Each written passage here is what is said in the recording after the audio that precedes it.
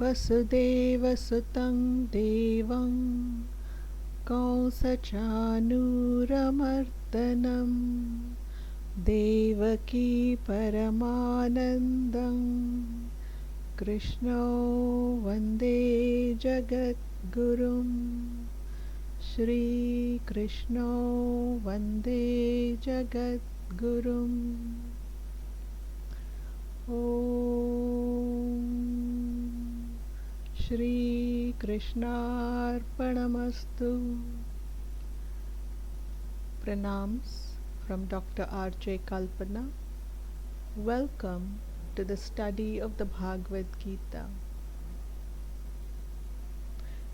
In today's session, we will begin our study of chapter 8, AksharaBrahmaYoga, the yoga of the eternal truth, or the yoga of the indestructible Brahma. In the earlier chapter, chapter 7, we studied Jnana Vijnana Yoga. We studied the concept of the unmanifested reality and the manifested divinity. And the concluding shloka of that chapter, Krishna said that that devotee who knows him in his entirety, in the integral self of the divine, as both the unmanifested reality and the manifested divinity, that devotee is dear to Krishna. And therefore, in this chapter 8, AksharaBrahmaYoga, we will continue with the same theme, with Arjuna further asking questions on this concept of the unmanifested and the manifested in a much more drilled down manner. Om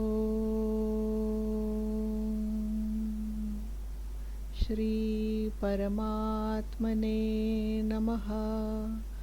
Srimad Bhagavad Gita Ashtamodhyayaha. AksharaBrahmaYoga, the yoga of the eternal truth. Shloka 1. Arjuna said, Krishna, what is that Brahma? What is Adhyatma? And what is Karma? What is called Adibhuta? And what is termed as Adidhaiva? Shloka 2. Arjuna asks Krishna, who is Adiyajna here, and how does he dwell in the body? And how are you to be realized at the time of death by those of steadfast mind? So now there are, in these two shlokas, we notice quite a use of words, a number of words which have not been used before in the Bhagavad Gita. So, and rightly so, because now we are entering into the cosmic realm, we are entering into the concept of Paratattva. And so rightly we need to understand certain terms that helps us in our studies. So here Arjuna asks, what is Brahma? What is Adhyatma? What is Karma? And what is Adibhuta? And what is termed as Adidhaiva? The first question. In Shloka 3, Bhagwan said, the supreme indestructible is Brahma. One's own self, the individual soul, the Jivatma, is called Adhyatma. The discharge of spirits, Visarga, which brings forth the existence of beings, is called Karma, action. And so here Krishna defines these terms deliberately. Aksharam Brahma Paramam. So what is Brahma? That which is eternal, that which is immutable, that which is indestructible. That is defined as Brahma. What is Adhyatma?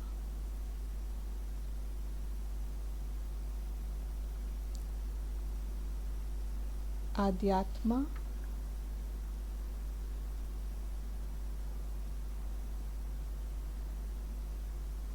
is defined as that aspect of the divine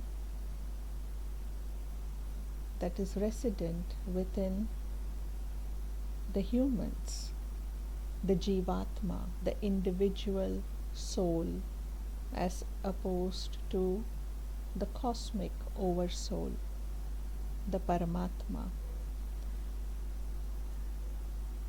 And here, in response to Arjuna's question as to what is karma, Krishna defines karma as that action which brings forth creation, which brings forth the existence of new beings. Now here Krishna is basically defining action as a further evolution of the human race.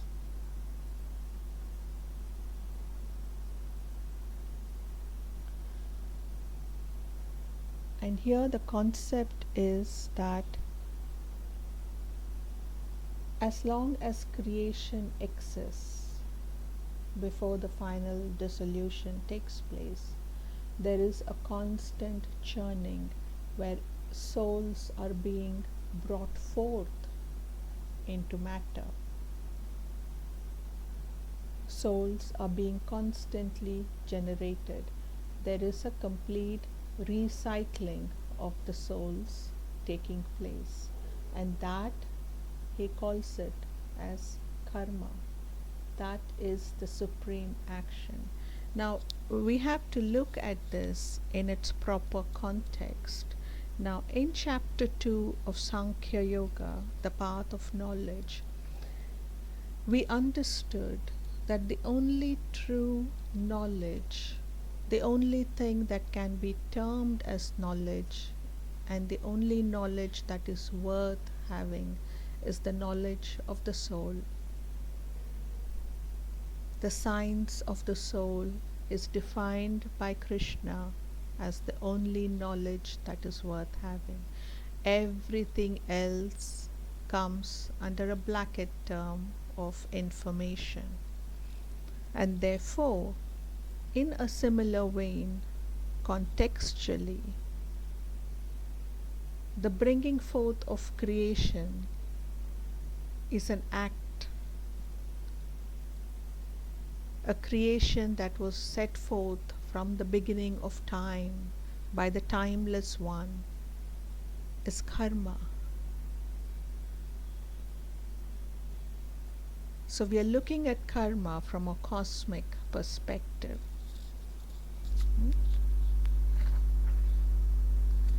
Shloka 4. All perishable objects are Adibhuta. The shining Purusha is Adidaiva, and in this body I myself, dwelling as the inner witness, am Adiyajna, O Arjuna. So now we come to the terms of Purusha and Prakriti. So Adibhuta is Prakriti. matter, and Adideva is that shining Purusha, is that divine light, is that divine principle that illuminates the lifeless matter and brings forth life into this world. And Adi Yajna is the presence of that divine, the causal body of that divine, the inner witness, the Sakshi, the Upanishads call, the all-pervasive aspect of the divine which dwells within the body as an inner witness. That is defined as Adi Yajna. Everything we do, every act is offered to that Adi Yajna. The first offering goes to that. Now, keeping in view of this in a slightly digressive manner, I would like to draw your attention to Jatar Agni, right? The digestive fire that is present within the body. And the first grain of rice we offer to that fire, which is that yajna which is eternally burning within us. Yajnas need not always be external. Always remember the Upanishads, the Vedas, the archetype is always from the external to the internal. Even our temples are built in such a manner that we walk from the external, slowly proceed deep into the sanctum sanctorum of the divine. The journey is always inwards, from the external to the internal. So this Adi Yajna that Krishna is talking about is that eternal fire that is burning within us, which calls for our own immolation. There is this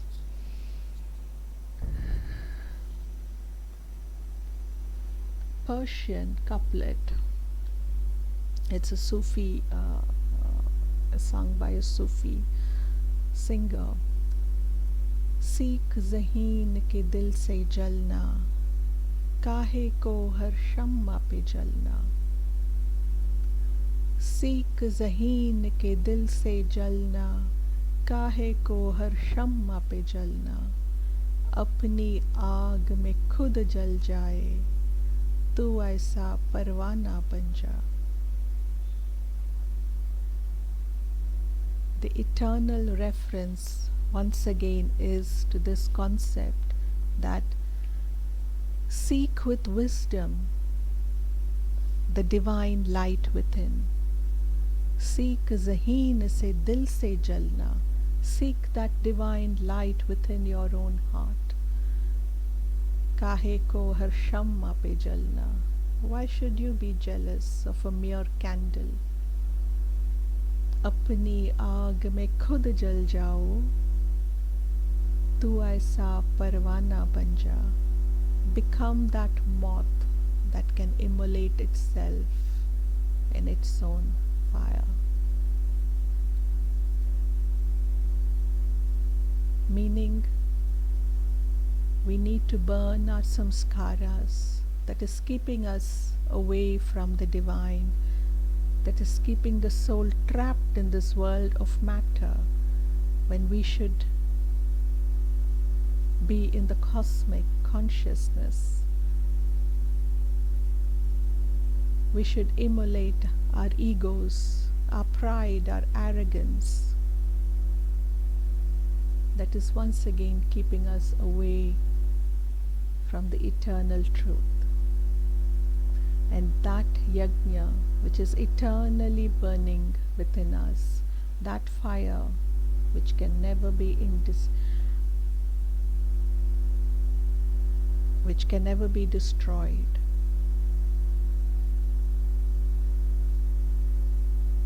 That fire is that divine fire. Shloka 5. Krishna says, "He who departs from the body, thinking of me alone, even at the time of death, attains my state." There is no doubt about it.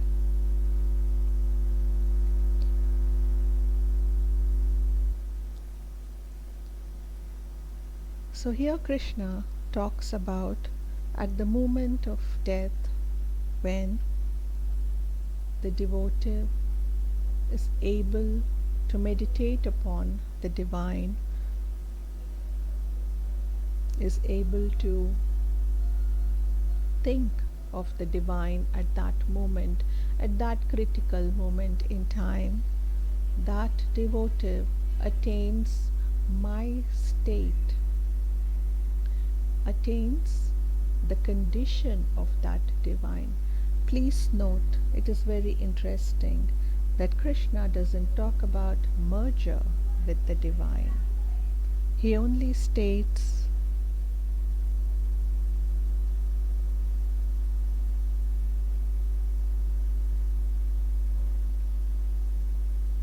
my state, thinking of me alone even at the time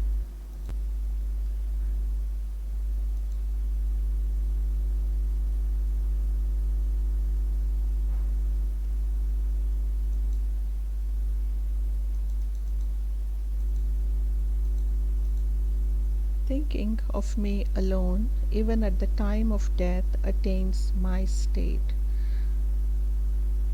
So that state of divine consciousness, that ability to perceive the divine,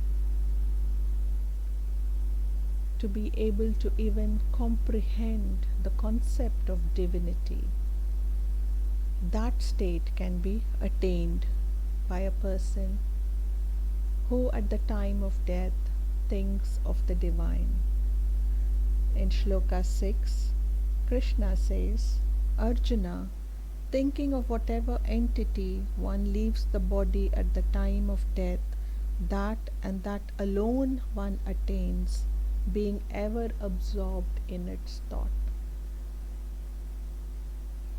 Now Krishna further elaborates on Shloka 5 by stating in Shloka 6 that whatever you think about at the time of your death, that you will attain.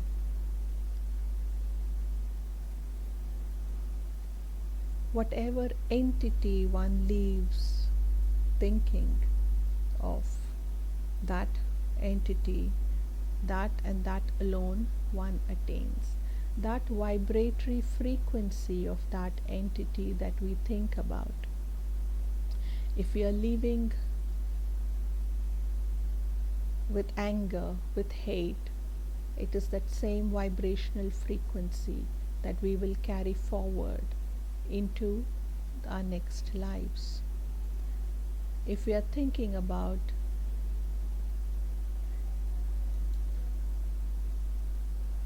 whatever entities, spirits, ghosts, the demigods, the lower celestial dimensions, the higher celestial dimensions, whatever we hold on to at the time of death, because Krishna says, being ever absorbed in its thoughts, because of our constant remembrance of that entity throughout our life, we will be able to, at the minimum, attain a vibrational frequency of that particular entity.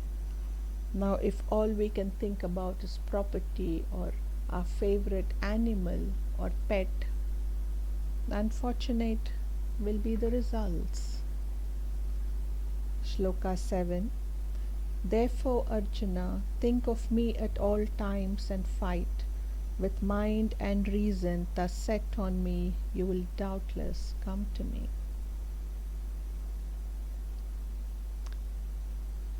And therefore, Krishna says that have constant remembrance of me. Think of me at all times. With your mind, with your reason, manas and buddhi, constantly resting on Krishna, ever aware, then no doubt we will be able to reach that cosmic condition of Krishna.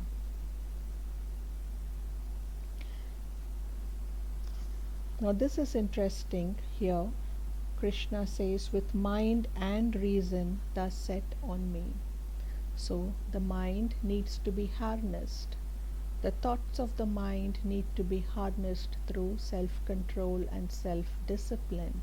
And there has to be an increased conscious, single-minded awareness of the presence of the divine.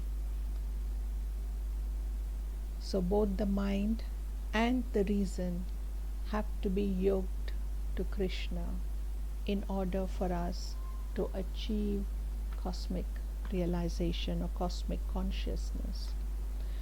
Shloka 8. Arjuna, he who with his mind disciplined through yoga in the form of practice of meditation and thinking of nothing else is constantly engaged in contemplation of God, attains the supremely effulgent divine Purusha. And so here Krishna again talks to us about the yoga of meditation, and he says, use the techniques of yoga, discipline yourself, discipline the mind through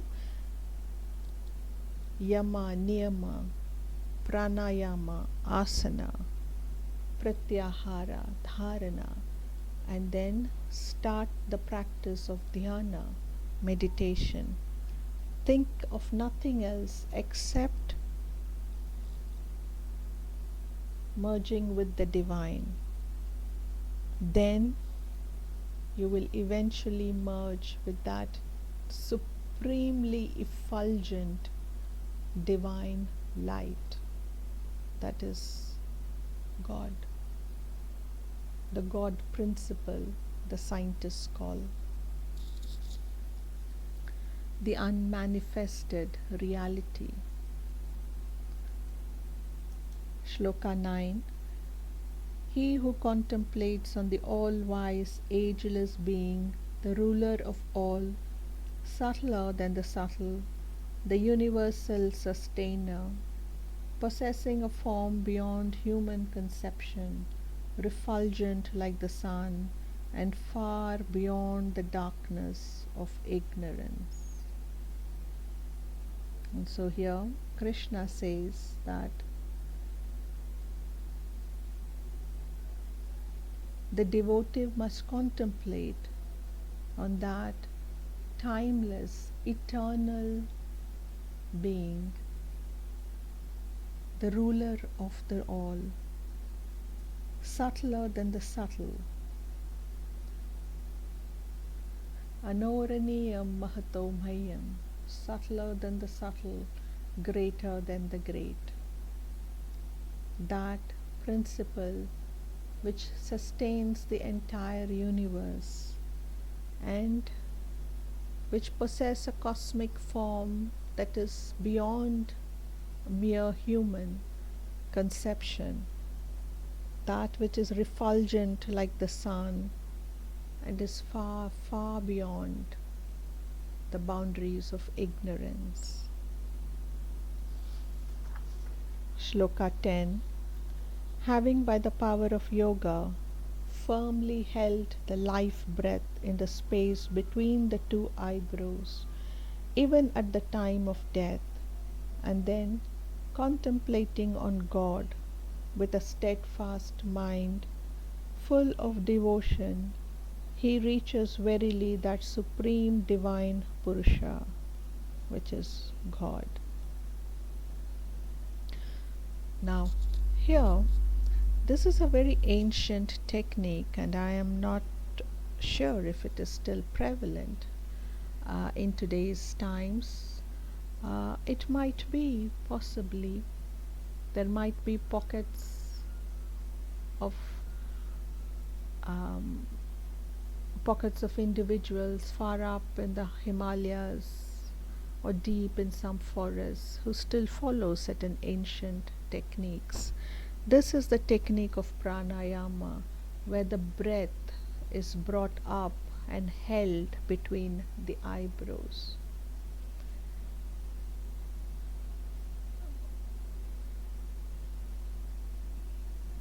We all breathe through our nose. We are also familiar with breathing through our mouth. We are also familiar with breathing through the throat.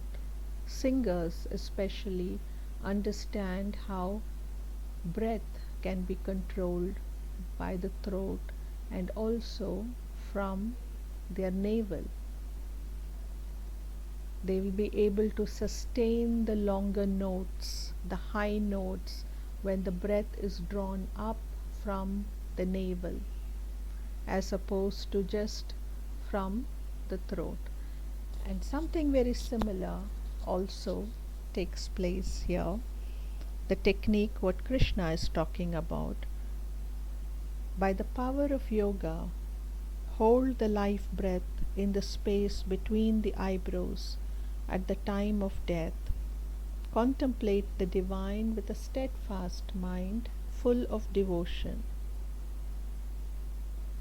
Think of the divine. Hold the life breath between the eyebrows. Have a balanced equanimity and with a heart overflowing with love towards the divine. Then there is no doubt that we will verily reach that supreme divine light. Shloka 11. I shall tell you briefly about that supreme goal which the knowers of the Veda term as the indestructible, which striving recluses free from passion enter, and desiring which the celibates practice brahmacharya. So here Krishna says that the supreme goal, Sat Chit Ananda, which the knowers of the Veda term as the indestructible, that which is eternal, and recluses free from passion, the sannyasis who have given up all worldly connects, they strive to enter, to merge with that eternal Brahma, and desiring which celibates practice brahmacharya to attain higher levels of purity, to attain that which is immutable, indestructible, eternal principle. One must have a high degree of purity, thought, act, every act, every thought of ours must be as pure.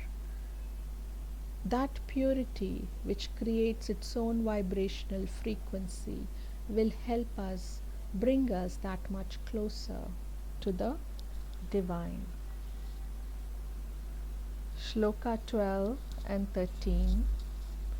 Having closed all the doors of the senses and firmly holding the mind in the cavity of the heart, and then fixing the life breath in the head, and thus remaining steadfast in yogic concentration on God. He who leaves the body and departs, uttering the one indestructible Brahma, Om, and dwelling on me in my absolute aspect, reaches the supreme goal.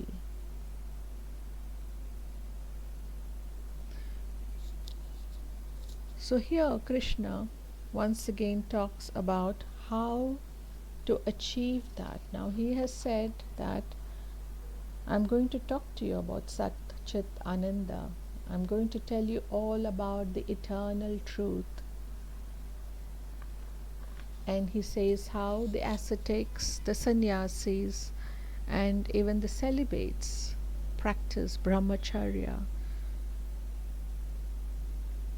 and freeing themselves from the temptations of the senses and passions, how they close all the doors to their senses, withdraw into the cavity of the heart, and fix the life breath in the head, and then they remain in steadfast yogic concentration on the divine.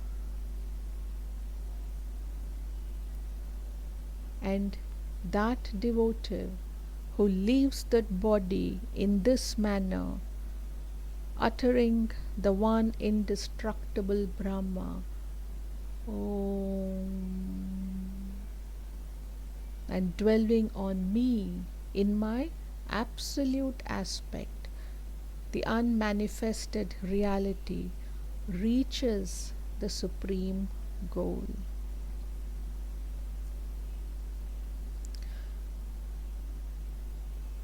So here he talks about how the yogis depart, how those who are on the path of yoga, who have practiced austerities, who have practiced meditation, who have spent their lives in constant remembrance of the divine, how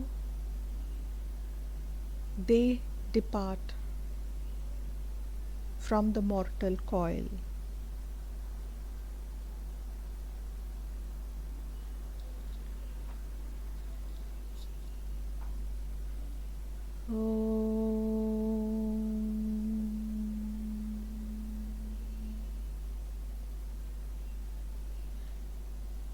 Yogesho Satchidanandam Vasudevam Vrajapriyam Dharma Samstapakam Veeram Krishno Vande Jagadgurum Shri Krishno Vande Jagadgurum. Om Shri Krishnarpanamastu.